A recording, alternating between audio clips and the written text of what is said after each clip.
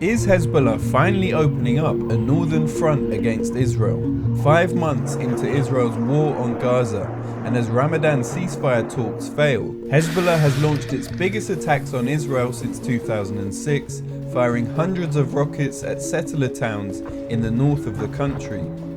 Initially, Hezbollah launched 30 quick-fire low-cost missiles which were designed to test the weaknesses in Israel's Iron Dome defense system, according to an Israeli intelligence report. Days later, following an Israeli airstrike that killed 5 in southern Lebanon, including 3 Hezbollah members, the group launched another 50 rockets towards northern Israel, many of which bypassed the Iron Dome, hitting Israeli military targets including this radar system. The attacks come after weeks of heavy Israeli bombardment on southern Lebanon, where the military wing of Hezbollah is primarily based, following pressure from political leaders in northern Israel. אני, אם את שואלת אותי, הולך להשמדה מוחלטת, הולך למלחמה, הולך לשטח את כל הקו עד הליטני. Over 100,000 have been displaced in southern Lebanon and 80,000 in northern Israel.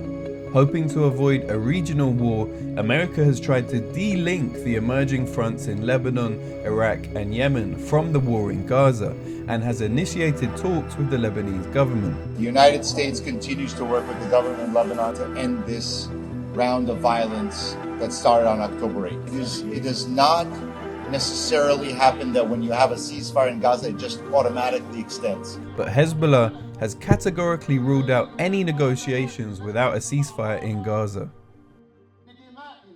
The Lebanese and Palestinian liberation struggles are inextricably linked.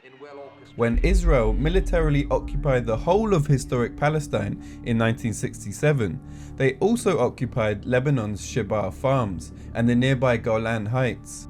Hezbollah was formed in response to Israel's occupation of southern Lebanon and the formal annexation of Shebaa and Golan in the early 1980s, and have said they won't lay down arms against Israel while the Shebaa farms are still occupied.